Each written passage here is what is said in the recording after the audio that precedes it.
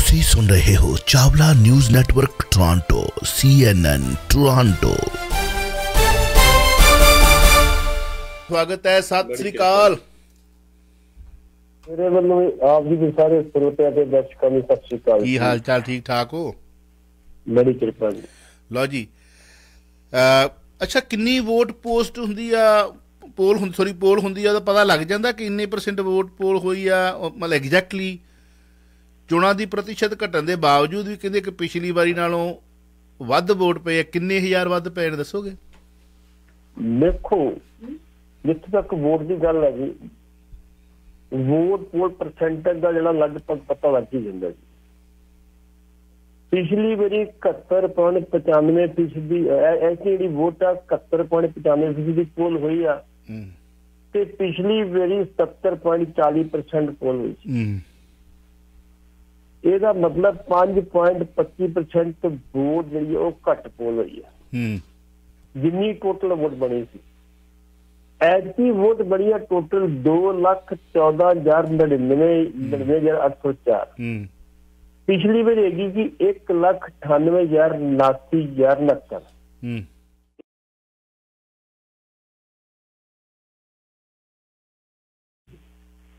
लेकिन ਇਹਦੇ ਵਿੱਚੋਂ भी जे परसेंट के हिसाब से कढ़ीए फिर ये 7.5% जी घट बनती है। लेकिन पिछली बारी वोट पोल हुई सी जी, ऐतकी पोल हुई है 1,53,59,109। ते जिहड़ी पिछली बारी पोल हुई सी वो 1,53,86,262। ये करोड़ां की गल है। ਉਹਦੇ ਵਿੱਚੋਂ ਐਤਕੀ 82,847 ਵੋਟਾਂ ਵੱਧ ਪੋਲ ਹੋਈਆਂ ਪਿਛਲੀ ਵਾਰ ਨਾਲ। ਲੇਕਿਨ 16 ਲੱਖ ਵਧੀ ਤੇ ਸਿਰਫ 82,000 ਜਿਹੜੀ ਵੱਧ ਪੋਲ ਹੋਈ ਉਹ ਤੁੱਕ ਜੀ ਬਣਦੀ ਨਹੀਂ। ਲੋਕਾਂ ਨੇ 60 ਲੱਖ ਲੋਕਾਂ ਨੇ ਆਪਣੀ ਵੋਟ ਦਾ ਇਸਤੇਮਾਲ ਪੰਜਾਬ 'ਚ ਨਹੀਂ ਕੀਤਾ। ਹਾਂ, ਖਾਸ ਕਰਕੇ ਮਾਝੇ ਦੇ ਵਿੱਚ ਇਹ ਘਟ ਰਿਹਾ और मालवे के कुछ सीटें है मेखल काफी सीटें सब तो वध जी गिद्दड़बाहर 84 वोट पोल हुई है। सब तो वध पोल उत्थे वोट हुई है।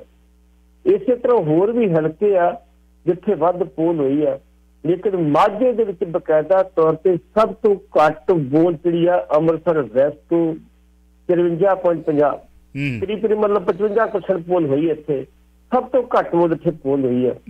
लोगों का ध्यान लगाओ अपने काम कर दे विच वोटां पाउण घट सीगा जी जी।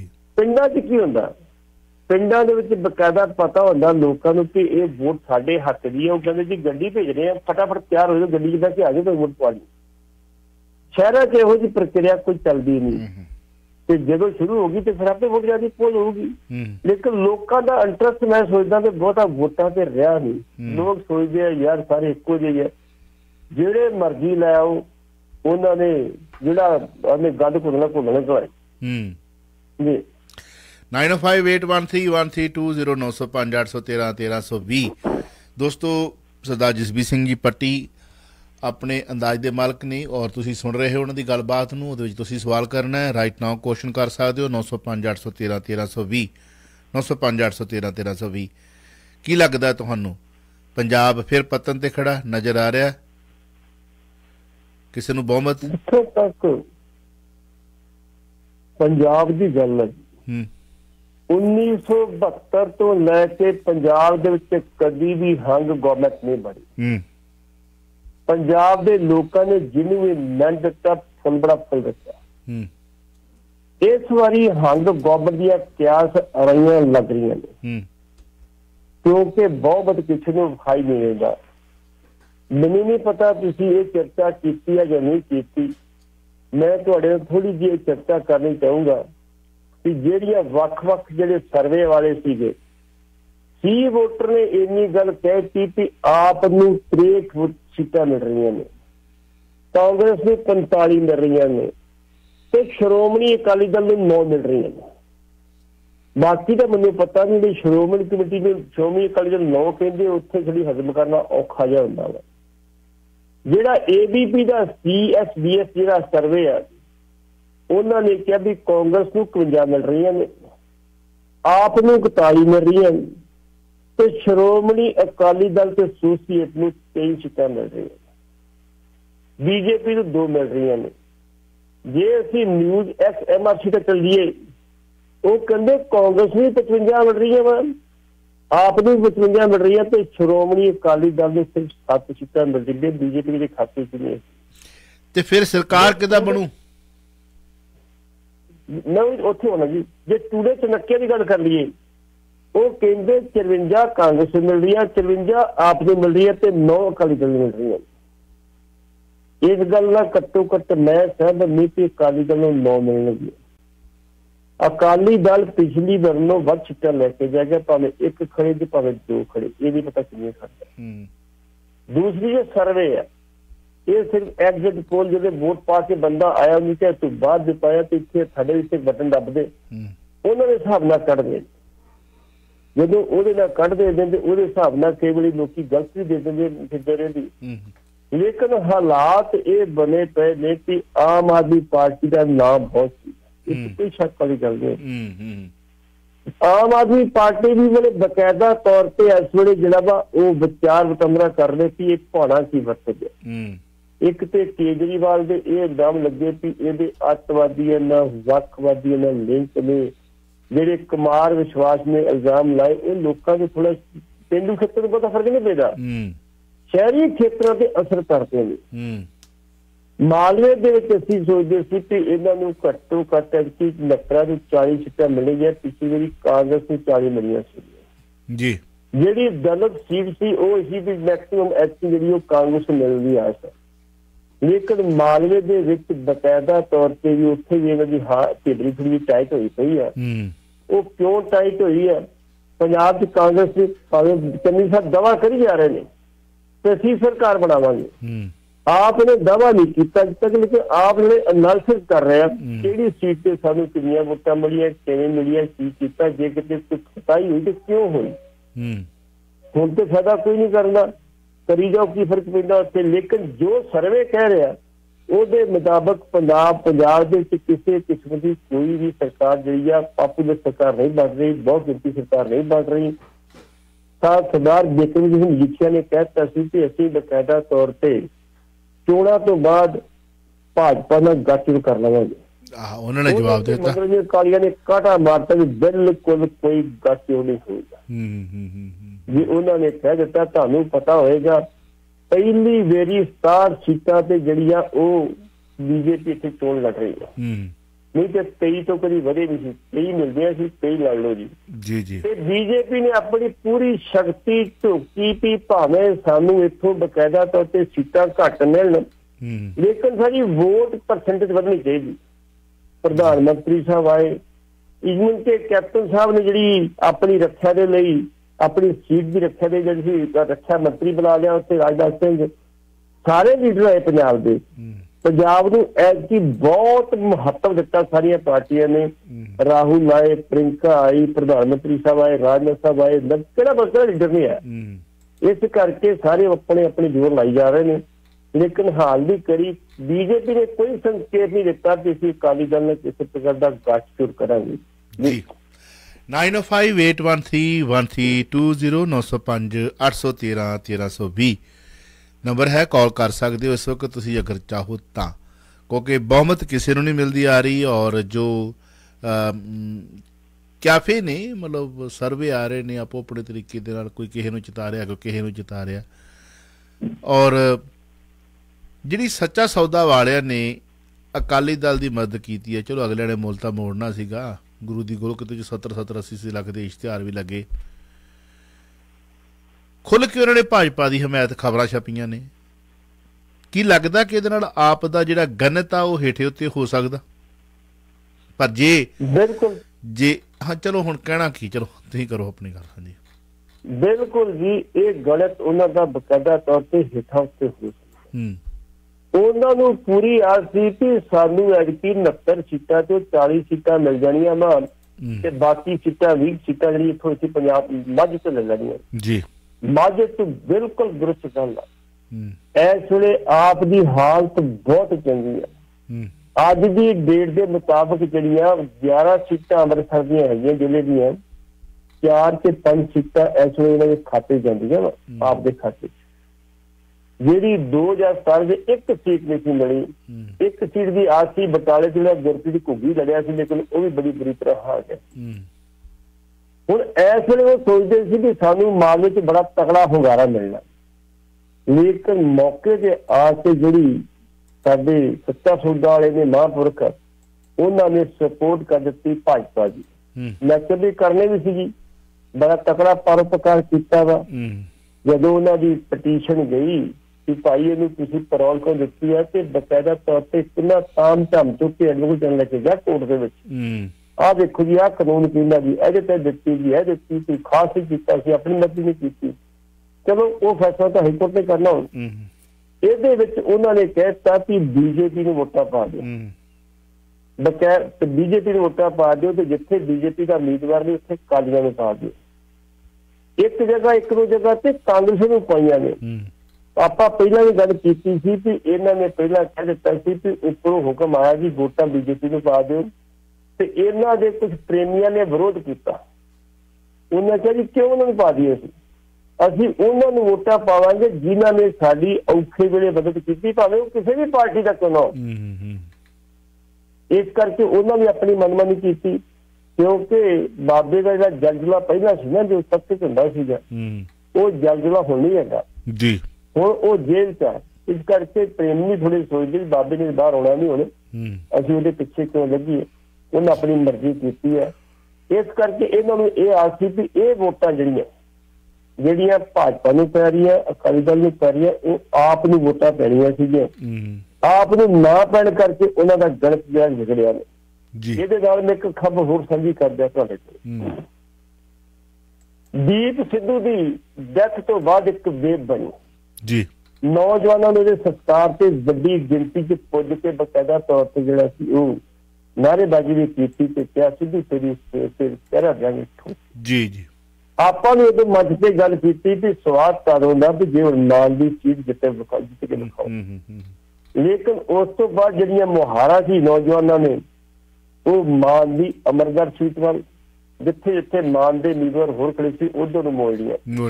ਉਹਨਾਂ ਨੇ ਗੱਜ ਕੇ ਪ੍ਰਚਾਰ ਕੀਤਾ ਤੇ ਵੋਟਾਂ ਵੀ ਪਾਈਆਂ। ਮੈਂ ਕੱਲ ਉੱਥੇ ਇਸ ਪੱਤਰਕਾਰ ਨੂੰ ਫੋਨ ਕੀਤਾ ਵੀ ਇਹਨਾਂ ਸਾਡੇ ਹਲਕੇ ਦੇ ਵਿੱਚ ਬਕਾਇਦਾ ਤੌਰ ਤੇ जिथे 65 वोटा निकलदियां सी, किते पिछली बारी 65 तो निकले सी एक बूथ के उत्तों, ऐतकी उस बूथ तो 700 वोटा निकलने आ था मानदल वाले उम्मीदवार की। वो कहता मैं वोट गाह तुहानूं दसां, मेरी बेटी की पहली बारी वोट बनी है, वो वोट पा के ते मैं उन्हें पूछा बेटे किहनूं वोट पाई है, कहंदी मान नूं। मैं कहा मान नूं क्यों पाई है, कहंदी दीप सिद्धू का आखिरी संदेश सी उन्हें मुख रख के वोट पाई, मैं नहीं सारे नौजवानों ने पाई है। इस करके वो जो गलत आ वो भी वोटां जिहड़ियां आप नूं मिलणियां सी वो गलत ही विगड़िया रहिंदा। इस करके मान दे गलत करके ते जिहड़ा सौदा सच्चा सौदा ने देने करके वो गलत करके काफी चिंतक ने इस वेले आप वाले कि बहुमत सानूं मिलदा दिखाई दिंदा नहीं। सो अगली कॉल ले लेने जी। वेलकम जी। हेलो सत श्री अकाल जी। हाँ जी, वाहिगुरू जी का खालसा वाहिगुरू जी की फतेह। वाहिगुरू जी का खालसा वाहिगुरू जी की फतेह जी। अर्ज है बई वोटा तो पै गई, चलो जित हार जिन्हों ज्यादा पैनी जिवें जिवें पट्टी साहब दस रहे है उदा ही होणगियां, पर पंजाब दे जिहड़े असली मुद्दे है ना किसी पार्टी ने ते ना किसी कैंडीडेट ने उन्होंने छुआ। और पंजाब दे पानियां नूं सांभण दी गल नहीं होई, पंजाब दी बोली दी गल नहीं होई। यूनीवर्सिटी दे विच पंजाबी बोली नूं एक पासे करके आप दा कुछ घसोड़िया जा रहा, वो सारिआं नूं पता है। ये बीजेपी दी पॉलिसी है कि छोटियां जबानां नूं बल्कि पंजाबी नूं तां छड्डो ही ना। ते हुण देखण वाली गल है जिवें जाली पेंशनां जां फजूल खर्चियां वो जड़ियां हुंदियां रहियां, इस नूं हल करन वास्ते किसी पार्टी ने कोई अंगारा नहीं भरिया। ते मोदी साहब दा काम ही है कि झूठ तो झूठ बोली चले जाओ, चलो उस ये लोगों का काम है विश्वास करना कि ना करना। हुण सवाल ये कि तरह तरह के लालच दे के ਪੰਜਾਬੀਆਂ ਨੂੰ ਵਧੀਆ ਤੋਂ ਵਧੀਆ ਮੰਗ ਤੇ ਬਣਾਇਆ ਜਾ ਰਿਹਾ। ਇਹਦੇ ਬਾਰੇ ਪੱਟੀ ਸਾਹਿਬ ਜ਼ਰਾ ਦੱਸਿਓ। ਬਹੁਤ ਤੁਹਾਡਾ ਧੰਨਵਾਦ। ਪਹਿਲੀ ਗੱਲ ਤੇ ਤੁਸੀਂ ਪੰਜਾਬ ਦੀਆਂ ਮੰਗਾਂ ਦੀ ਗੱਲ ਕੀਤੀ ਹੈ। ਕਿਸੇ ਵੀ ਲੀਡਰ ਨੇ ਪੰਜਾਬ ਦੇ ਵਿੱਚ ਕਿਸਾਨਾਂ ਦੀਆਂ ਖੁਦਕੁਸ਼ੀਆਂ ਦੀ ਗੱਲ ਨਹੀਂ ਕੀਤੀ ਜੀ। ਆਪਾਂ ਰੌਲਾ ਪਾਉਂਦੇ ਜੀ ਬਾਹਰ, ਆਪਾਂ ਰੌਲਾ ਪਾਉਂਦੇ ਆ ਬਾਹਰ ਆਪਾਂ। ਬਿਲਕੁਲ ਕਿਸੇ ਵੀ ਪਾਰਟੀ ਨੇ ਗੱਲ ਕੀਤੀ ਕਿਸਾਨਾਂ ਦੇ ਖੁਦਕੁਸ਼ੀਆਂ ਦੀ, ਕਿਸੇ ਦੇ ਬਾਰੇ ਕੀ ਕਰਾਂਗੇ। ਜੀ ਜੀ ਜੀ ਜੀ। ਸਭ ਤੋਂ ਵੱਡਾ ਮੁੱਦਾ ਇਹ ਸੀਗਾ ਪੰਜਾਬ ਦੇ ਵਿੱਚ ਕਿਸਾਨਾਂ ਦੀਆਂ ਖੁਦਕੁਸ਼ੀਆਂ ਕਿਵੇਂ ਰੁਕਣੀਆਂ ਜਾਣ, ਉਹਨਾਂ ਨੂੰ ਰੋਕਣ ਵਾਸਤੇ ਕਿਸੇ ਵੀ ਮੈਨੀਫੈਸਟੋ ਗੱਲ ਨਹੀਂ ਕੀਤੀ, ਕਿਸੇ ਸਟੇਟ ਦੀ ਗੱਲ ਨਹੀਂ ਕੀਤੀ। ਜਿਹੜੀ ਸਾਡੀ ਪ੍ਰਵਾਸ ਹੋ ਰਹੀ ਆ ਉਹਦੀ ਗੱਲ ਨਹੀਂ ਕਿਸੇ ਕੀਤੀ। ਸਿੱਧੂ ਨੇ ਜ਼ਰੂਰ ਕਿਹਾ ਵੀ 70,000 ਕਰੋੜ ਰੁਪਈਆ ਪੰਜਾਬ ਦਾ ਵਿਦੇਸ਼ ਨੂੰ ਜਾ ਚੁੱਕਾ। ਕਿਸੇ ਲੀਡਰ ਨੇ ਬਾਕੀ ਨਹੀਂ। ਤੁਹਾਡੀ ਗੱਲ ਠੀਕ ਹੈ, ਪਾਣੀਆਂ ਦੇ ਮੁੱਦੇ ਛੱਡ ਦਿਓ, ਬਾਕੀ ਚੰਡੀਗੜ੍ਹ ਦੇ ਮੁੱਦੇ ਛੱਡ ਦਿਓ, ਸਾਰੇ ਮੁੱਦੇ ਛੱਡ ਦਿਓ, ਕੋਈ ਗੱਲ ਨਹੀਂ। ਲੇਕਿਨ ਕਰੰਟ ਮੁੱਦੇ ਤਾਂ ਲੈ ਲਓ ਤੁਸੀਂ। ਸਿਰਫ ਇੱਕੋ ਗੱਲ ਹੈ ਜੀ, ਫਲਾਣਾ ਚੋਰ, ਫਲਾਣਾ ਅੱਤਵਾਦੀ, ਫਲਾਣਾ ਢੀਂਗੜਾ, ਉਹ ਲੈ ਕੇ ਤੁਸੀਂ ਲੋਕਾਂ ਦੀ ਵੋਟਾਂ ਲੈ ਰਹੇ ਹੋ। ਮੈਂ ਪੰਜਾਬ ਦੇ ਲੋਕਾਂ ਬਾਰੇ ਵੀ ਕਹੂੰਗਾ, ਚਾਵਲਾ ਸਾਹਿਬ ਇਹ ਵੀ ਭੇਡ ਚਾਲ ਵਿੱਚ ਹੋਈ, ਪਾ ਦਿਓ ਝਾੜੂ ਨੂੰ ਵੋਟ। ਆਪਾਂ ਇਸ ਮਤ ਤੋਂ ਕਹਿੰਦੇ ਨੇ ਭਾਜੀ ਅਸੀਂ ਨਹੀਂ ਕਹਿੰਦੇ ਝਾੜੂ ਨੂੰ ਵੋਟ ਨਾ ਪਾਓ, ਪਾਓ, ਲੇਕਿਨ ਉਸ ਉਮੀਦਵਾਰ ਨੂੰ ਪਾਓ ਜਿਹੜਾ ਵਾਕਈ ਇਮਾਨਦਾਰੀ ਨਾਲ ਤੁਹਾਡੀ ਸੇਵਾ ਕਰਨ ਦੇ ਕਾਬਿਲ ਹੈਗਾ, ਪੰਜਾਬ ਦੀ ਸੇਵਾ ਕਰਨ ਦੇ ਕਾਬਿਲ ਹੈਗਾ, ਪੰਜਾਬ ਨੂੰ ਬਚਾਉਣ ਦੀ ਸਮਰੱਥਾ ਰੱਖਦਾ। ਕਿਸੇ ਦੀ ਸੁਣੀ, ਜਿਹਨੂੰ ਪੁੱਛੋ, ਕਿਸੇ ਦੀ ਪੁੱਛੋ ਵੋਟ ਕਿਹਨੂੰ ਪਾ ਰਹੇ ਹੋ, ਝਾੜੂ ਨੂੰ। ਇਹਦੇ ਪਿੱਛੇ ਵੀ ਕੌਣ ਉਮੀਦਵਾਰ ਪਤਾ ਨਹੀਂ ਕੌਣ ਖੜਾ, ਝਾੜੂ ਨੂੰ ਵੋਟ ਪਾਣੀ। ਜੇ ਇਹ ਸਾਡੀ ਭੇਡ ਚਾਲ ਦੇ ਜਿਹੜਾ ਉਹ ਸਾਡਾ ਕੰਮ ਖਰਾਬ ਕਰਨਾ, ਸਵਾਰਨਾ ਕੁਛ ਨਹੀਂ ਹੈ। ਪਿਛਲੀ ਵਾਰੀ ਕਹਿ ਤਾਂ ਹੱਥ ਰੁਪਾਉਣੀ ਹੈ ਜੀ। ਉਹ ਭਾਈ ਸੋਚ ਵਿਚਾਰ ਲਿਆ ਕਰੋ ਵੀ ਕਿਹੜਾ ਉਮੀਦਵਾਰ ਸਾਡੀਆਂ ਜਿਹੜੀਆਂ ਮੰਗ ਸਾਡੀ ਜਿਹੜੀ ਆ ਉਹ ਖਰਾ ਉਤਰ ਸਕਦਾ ਵਾ, ਸਾਡੀਆਂ ਆਸਾਂ ਲਈ ਖਰਾ ਉਤਰ ਸਕਦਾ ਵਾ। ਅੱਜ ਵੀ ਅਸੀਂ ਕਹਿੰਦੇ ਪੰਜਾਬ ਸਭ ਤੋਂ ਅਮੀਰ ਸੂਬਾ ਵਾ, ਲੇਕਿਨ ਇੱਕ ਮਿੱਥ ਬਣ ਕੇ ਰਹਿ ਗਈ ਆ। ਅੱਜ ਜਿਹੜਾ ਵਾ ਗਰੀਬ ਸੂਬੇ ਨੇ, ਗਰੀਬ ਸੂਬੇ ਵੱਡੀ ਆਬਾਦੀ ਵਾਲੇ, ਉਹਨਾਂ ਦੇ ਵਿੱਚ ਪੰਜਾਬ ਸ਼ਾਮਲ ਹੋ ਚੁੱਕਾ। ਪੱਟੀ ਸਾਹਿਬ ਕਿਸੇ ਵੇਲੇ ਕਰਨ 45 ਦਿਨ ਲਾ ਕੇ ਆ, ਫਿਰ ਸਾਡੇ ਟੈਕਨੀਸ਼ੀਅਨ, ਸਾਨੂੰ ਸਵੇਰੇ ਵੀ ਪ੍ਰੋਬਲਮ ਆਈ ਸੀ, ਇੱਕ ਦਿਨ ਪਹਿਲਾਂ ਵੀ ਆਈ, ਇਹਨਾਂ ਨੇ ਆਉਣਾ ਸੀਗਾ, ਚਲੋ ਡੇਟ ਦੀ ਥੋੜ੍ਹੀ ਜਿਹੀ ਇੱਕ ਦਿਨ ਦਾ ਫਰਕ ਪਿਆ, ਸਵੇਰੇ ਮੁਸ਼ਕਲ। ਇਹਨਾਂ ਨੇ ਜੋ ਹਾਲਾਤ ਮੈਨੂੰ ਦੱਸੇ ਨੇ, ਮੈਂ ਕਹਿੰਦਾ ਵੀ ਜੇ ਇਹਦੇ ਵਰਗਾ ਨੌਜਵਾਨ, ਮੈਂ ਇਹਦੀ ਸਿਫਤ ਕਰਦਾ ਹਾਂ ਕਿ ਬੜੀ ਦੂਰਦੇਸ਼ੀ ਰੱਖਦਾ ਬੱਚਾ, ਚਲੋ ਠੀਕ ਹੈ, ਯੂਥ ਉੱਥੇ ਦਾ ਜਿਹੜਾ ਵਾ ਉਹ ਕੀ ਸੋਚਦਾ, ਉਹਨਾਂ ਨੂੰ ਇਹਨਾਂ ਚੀਜ਼ਾਂ ਦਾ ਪਤਾ ਹੀ ਨਹੀਂ, ਉਹਨਾਂ ਨੂੰ ਇਹਨਾਂ ਚੀਜ਼ਾਂ ਦਾ ਪਤਾ ਹੀ ਨਹੀਂ। ਉਹ ਮਤਲਬ ਜੇ ਵੇਖੋ, ਜੇ ਭਾਵੇਂ ਕਿ ਦੀਪ ਸਿੱਧੂ ਨੂੰ ਚਲੋ ਵੋਟ ਪਾਤੀ ਵੀ ਉਹਦਾ ਆਖਰੀ ਸੁਨੇਹਾ ਸੀਗਾ, ਪਾਤੀ ਵੋਟ, ਹੈ ਨਾ, ਪਰ ਉਹਦੇ ਤੇ ਐਨਾਲਿਸਿਸ ਵੀ ਹੋਣਾ ਚਾਹੀਦਾ, ਹੈ ਨਾ, ਵਿਚਾਰ ਵੀ ਹੋਣੇ ਚਾਹੀਦੇ। ਇਹਦੋਂ ਪਹਿਲਾਂ ਵੀ ਤੇ ਯੂਥ ਹੋਇਆ ਨਾ, ਜਿੱਥੋਂ 75 ਤੁਸੀਂ ਕਹਿੰਦੇ ਨਿਕਲਦੀਆਂ ਵੋਟਾਂ ਜਾਂ 100 ਨਿਕਲਦੀ ਹੈ, 50 ਨਿਕਲਦੀ, ਤੇ ਇੱਕ ਪਾਸੇ ਸ੍ਰੀ ਤਰਨਤਾਰਨ ਸਾਹਿਬ ਸੀ, ਉਹ ਵੀ ਯੂਥ ਸੀਗਾ। ਬਿਲਕੁਲ ਬਿਲਕੁਲ ਅੱਜ ਤੱਕ ਰਿਕਾਰਡ ਨਹੀਂ ਟੁੱਟਾ ਸਰਦਾਰ ਸਿਮਰਜੀਤ ਸਿੰਘ ਮਾਨ ਦਾ, ਨਹੀਂ ਟੁੱਟਾ, ਨਹੀਂ ਟੁੱਟਾ, ਉਹ ਵੀ ਯੂਥ ਸੀ। ਵਿੱਚ ਵਾਰ ਕੀ ਆ ਗਿਆ ਕਿ ਬਹੁਤ ਜ਼ਿਆਦਾ ਨਿਗਾਰ ਇੰਨਾ ਕਾ ਚੁੱਕਾ ਕਿ ਤੁਹਾਨੂੰ ਨਚਾਰ ਹੀ ਬਣਾਤਾ, ਜਿਵੇਂ ਖਾਲਸਾ ਜੀ ਕਹਿ ਗਏ ਮੰਗਤੇ ਬਣਾਤਾ, ਨਾਲ ਨਚਾਰ ਬਣਾ ਦਿੱਤਾ। ਮਾਫ ਕਰਨਾ, ਜਿਹੜੀ ਮੈਨੂੰ ਨੌਜਵਾਨ ਨੇ ਆ ਕੇ ਗੱਲਾਂ ਦੱਸੀਆਂ ਨੇ, ਮੈਂ ਕਿਹਾ ਜੇ ਫੇਰ ਵੀ ਉੱਥੋਂ ਦੇ ਲੋਕ ਰੋਣਗੇ ਨਾ ਬਾਅਦ ਦੇ ਵਿੱਚ, ਤਾਂ ਫਿਰ ਜੁੱਤੀਆਂ ਦੇ ਕਾਬਲ ਹੀ ਆ। ਮਤਲਬ ਕੋਈ ਹੈ ਨਹੀਂ, ਜਾਗਰਤੀ ਨਹੀਂ ਹੈਗੀ, ਜਿਹੜੀ ਮੁੱਦਿਆਂ ਦੀ ਗੱਲ ਕੋਈ ਨਹੀਂ ਹੈਗੀ। ਮੈਂ ਇਹਦੀ ਧੌਣ ਤੇ ਗੋਡਾ ਰੱਖਦਾ, ਮੈਂ ਉਹਦੀ ਧੌਣ ਤੇ, ਉਹ ਭਲਿਓ ਨਾ ਲੜਿਆ ਕਰੋ, ਇਹ ਇੱਕ ਦੂਜੇ ਦੇ ਰਿਸ਼ਤੇਦਾਰ ਜੇ। ਇਹਨਾਂ ਨੇ ਕੱਲ੍ਹ ਨੂੰ ਕਿਸੇ ਨੂੰ ਗਲਵੱਕੜੀ ਪਾ ਲੈਣੀ ਆ, ਆਪਾਂ ਫੇਰ ਵਹਿੰਦੇ ਰਹਿ ਜਾ, ਆਪਾਂ ਸਾਥੀਆਂ ਸਾਦੇ ਦੰਦੀਆਂ ਵੜਦੇ ਰਹਿ ਜਾਣਾ। ਇਹਨਾਂ ਦਾ ਮਰਨ ਜੰਮਣ ਵੀ ਹੈਗਾ। ਗਏ ਸੀ ਨਾ ਕੈਪਟਨ ਸਾਹਿਬ ਨੇ ਬਾਦਲ ਪਰਿਵਾਰ ਨੂੰ ਅੰਦਰ ਕੀਤਾ ਸੀ, ਬਿਲਕੁਲ।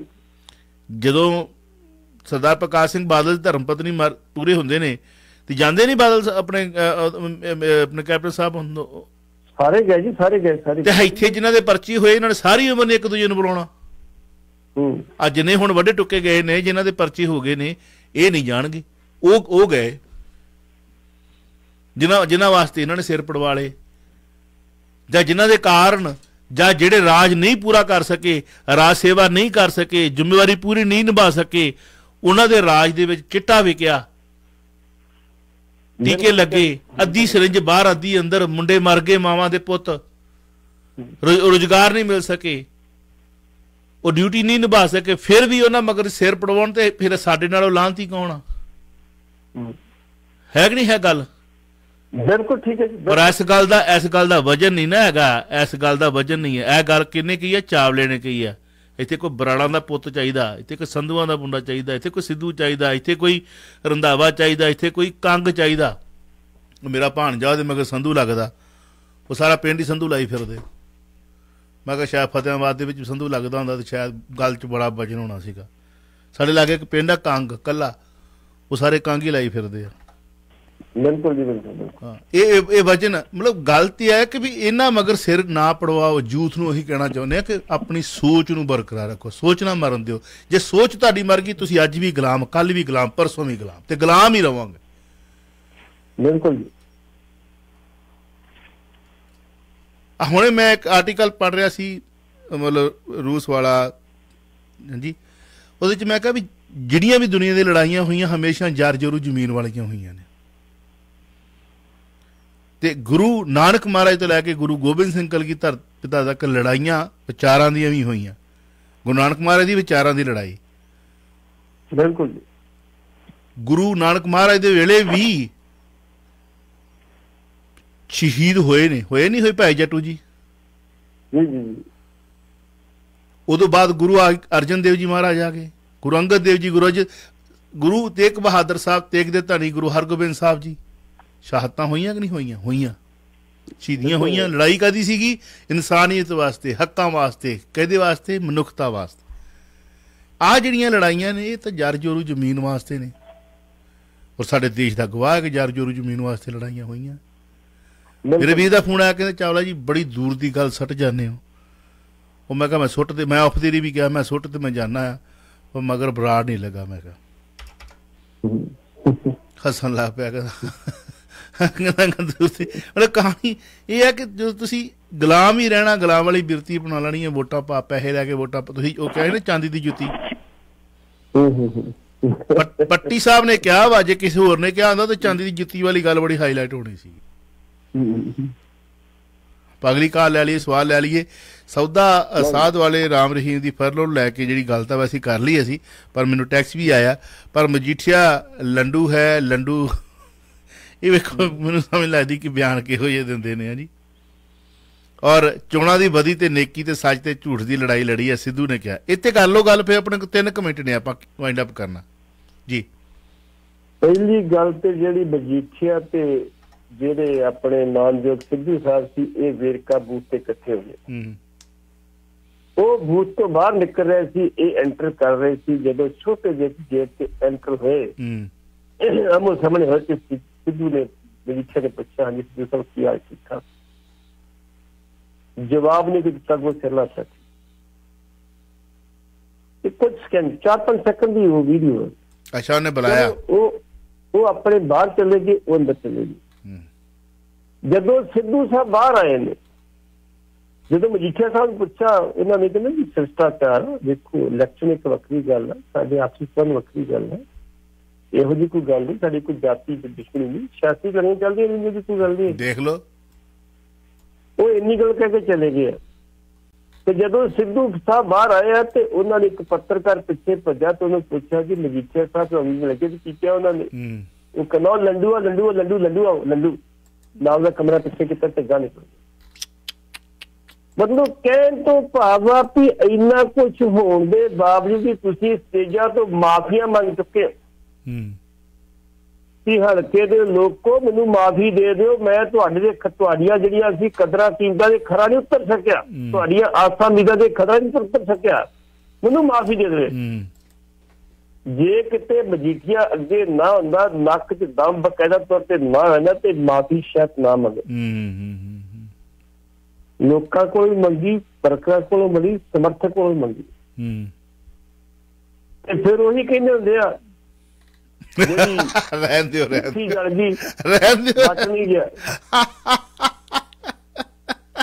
ਨਹੀਂ ਇੱਕ ਮੁਹਾਵਰਾ ਹੋਰ ਵੀ ਹੈਗਾ, ਮੈਂ ਸ਼ਾਇਦ ਕਿਤੇ ਉਹੜਾ ਬਾਲ ਨਹੀਂ, ਚਲੋ ਮੈਂ ਇਸੇ ਕਰਕੇ ਨਹੀਂ ਕਿਹਾ, ਉਹ ਮਾਰਨਾ ਇਸੇ ਕਰਕੇ ਨਹੀਂ ਕਿਹਾ। ਤੁਸੀਂ ਵੱਡੇ ਹੋ ਕਹਿ ਵੀ ਸਕਦੇ ਹੋ।